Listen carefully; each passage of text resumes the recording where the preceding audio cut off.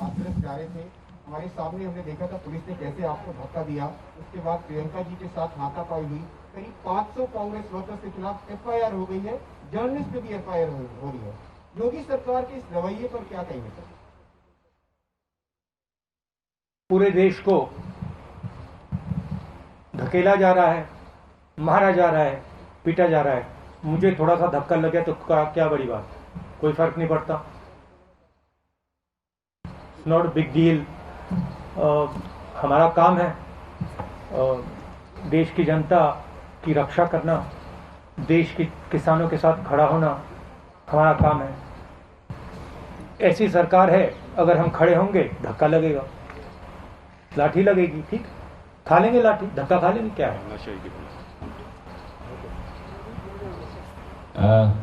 Thank you sir.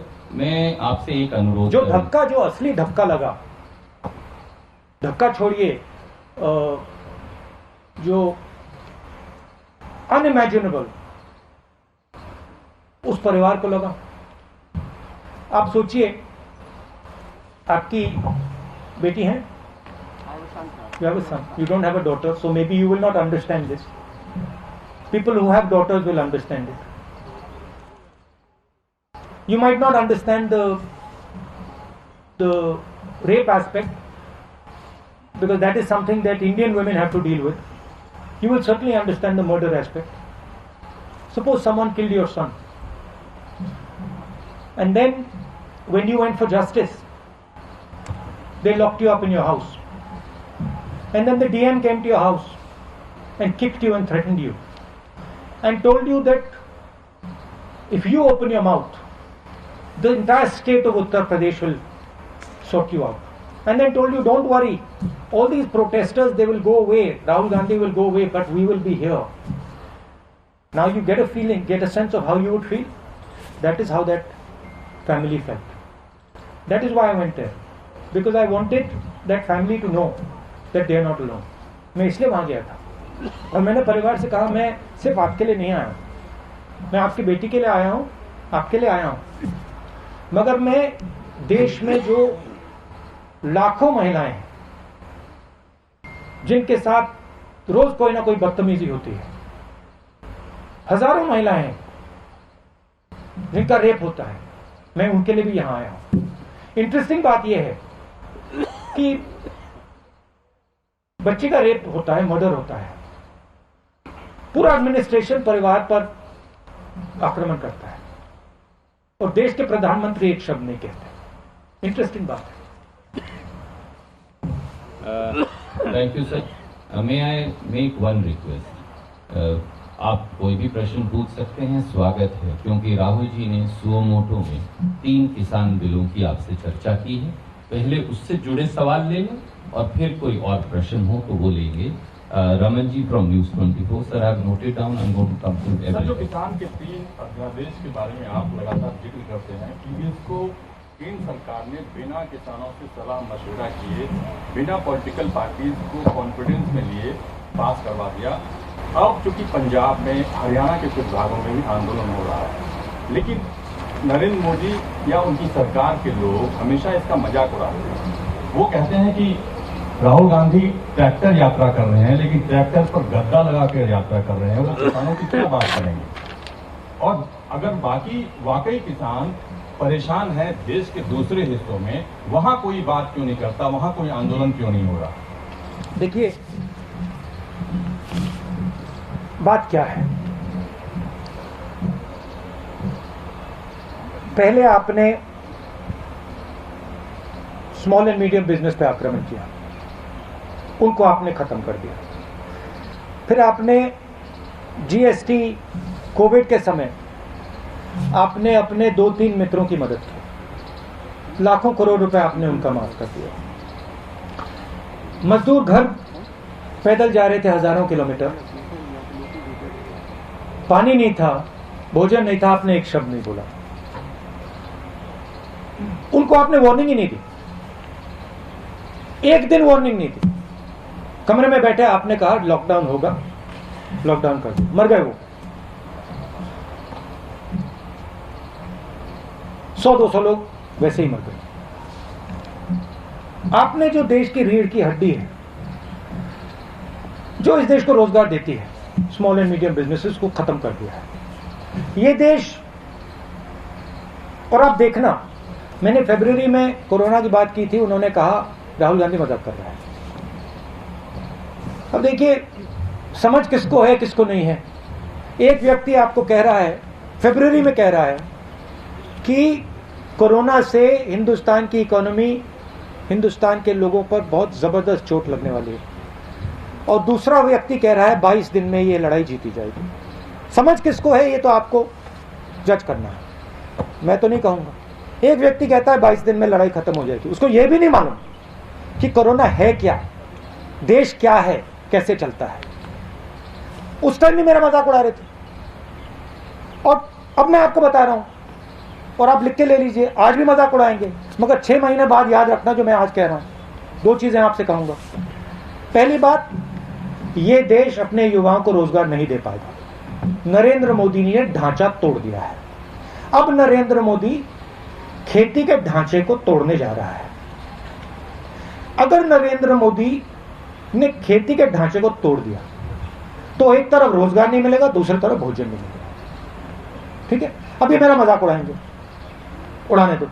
6 महीने बाद, जैसे आज मैं फरवरी की बात कर रहा हूं, 6 महीने बाद आप देख लेना। ठीक है, ये सिस्टम है, ये फूड सिक्योरिटी का सिस्टम है, एमएसपी है, फूड डिस्ट्रीब्यूशन सिस्टम है, प्रोक्योरमेंट सिस्टम है, मंडियां हैं। ये एक प्रकार से किसान का फूड सिक्योरिटी का एक किला है, ये प्रोटेक्ट करता है। किले में कमियां हैं, मैं ये नहीं कह रहा हूं कमियां नहीं, कम मंडियां हैं, करप्शन है, इंफ्रास्ट्रक्चर बेहतर होना चाहिए, मगर किले को अगर आपने तोड़ दिया तो किसान बच नहीं सकता। अब नरेंद्र मोदी किले को क्यों तोड़ रहे हैं? नरेंद्र मोदी ने जीएसटी क्यों की? नरेंद्र मोदी ने डिमोनेटाइजेशन क्यों किया? नरेंद्र मोदी जी ने कोरोना के समय गरीबों की मदद क्यों नहीं की? 2 नाम दे सकता हूं, अंबानी, अदानी। ये ट्रायंगुलर ग्रुप है, अदानी, मोदी, अंबानी। और नरेंद्र मोदी का काम रास्ता साफ करने का है। उनको ऑर्डर दिया गया है कि स्मॉल एंड मीडियम बिजनेसेस को खत्म करो, किसानों को खत्म करो, मजदूरों को खत्म करो, और हमारे लिए रास्ता खोलो। अब मजाक कौन कर रहा है ये आपको डिसाइड करना है।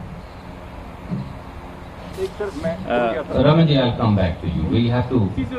I'll come back to you. We'll give you a second. एक सेकंड, क्या भाई? पीडीएस के बारे में क्या 75 करोड़ जो पीडीएस के लाभार्थी हैं उस पर भी इसका असर पड़ेगा क्या? तो ये फूड सिक्योरिटी सिस्टम पर असर पड़ेगा। जब आप अनाज खरीदते हो मार्केट में, आप खरीदते हो, जो आपको प्राइस मिलती है वो प्राइस आपको इसलिए मिलती है क्योंकि ये स्ट्रक्चर है। जब गरीब व्यक्ति को राशन दिया जाता है, वो राशन इसलिए दिया जाता है क्योंकि ये स्ट्रक्चर है। अगर आप स्ट्रक्चर को ही तोड़ देंगे तो आने वाले समय में आपसे भी ज्यादा पैसा लिया जाएगा। सिर्फ देखिए, लोगों ने कहा हाँ ठीक है, जीएसटी कर दी तो हमारा क्या नुकसान है? स्मॉल मीडियम बिजनेसेस को नुकसान होगा, मगर जो कंज्यूमर है उसको क्या नुकसान होगा? तो नुकसान होगा, क्योंकि जब वो कोलैप्स करेगा आप कोलैप्स करोगे। तो हिंदुस्तान में सब चीजें कनेक्टेड है, और अगर आप एक चीज को छूओगे तो दूसरी चीज पे इफेक्ट पड़ेगा। मैं दूसरा उदाहरण देता हूं। नरेंद्र मोदी जी ने कहा हिंदुस्तान की जमीन किसी ने नहीं ली, सुना होगा आपने। ऑपोजिशन लीडर्स को कहा हिंदुस्तान की जमीन किसी ने नहीं ली। 1200 स्क्वायर किलोमीटर चाइना ने हमारी जमीन ले रखी है। कैसे ली? क्योंकि चाइना को मालूम है कि ये व्यक्ति जो ऊपर बैठा है ये सिर्फ अपनी इमेज की रक्षा करता है। ये अपनी इमेज बचाने के लिए 1200 स्क्वायर किलोमीटर जमीन हमें दे देगा।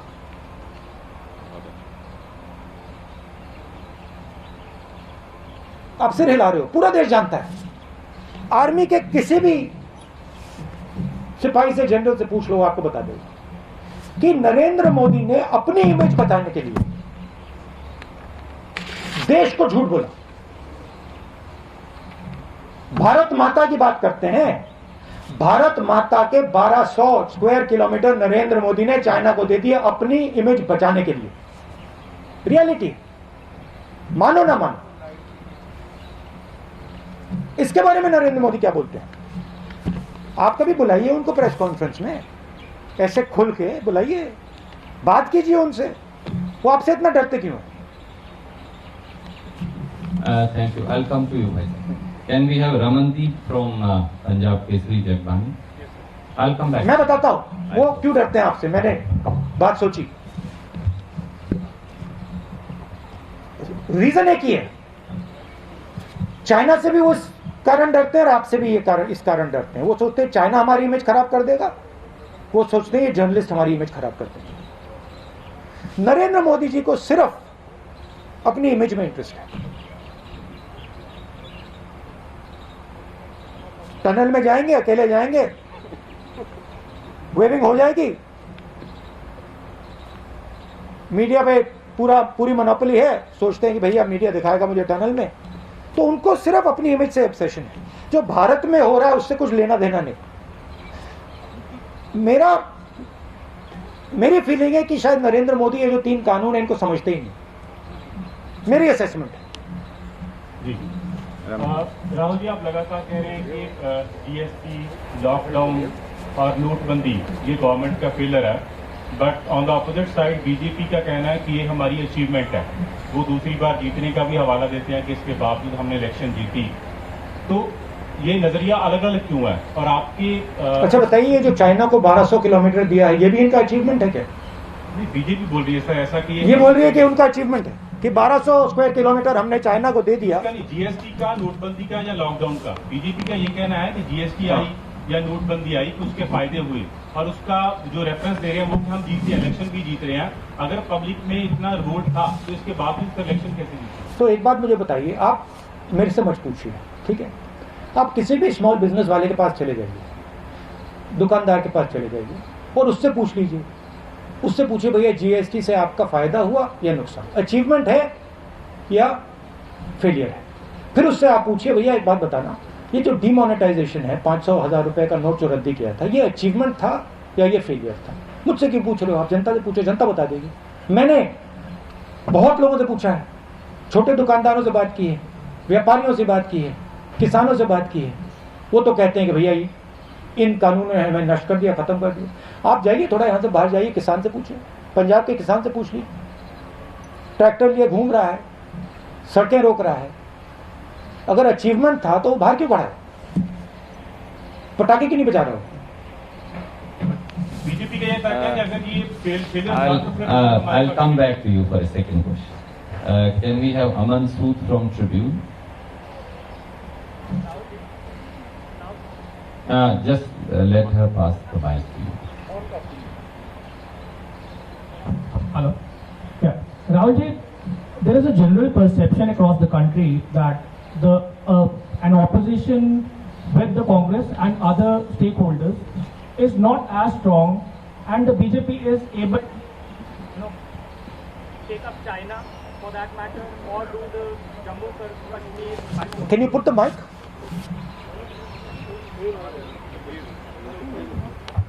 We'll give another one. वो ले लीजिए। Hello. Yes.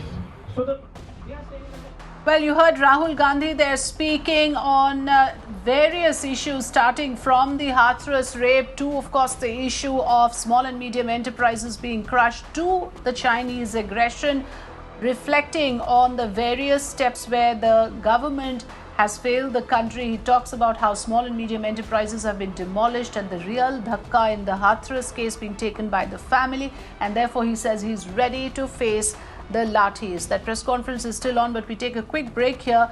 News and updates continue on the other side. Stay on with Mirror Now and also visit us on mirrornownews.com. Follow us on Facebook, Twitter, Instagram and Telegram for fresh updates.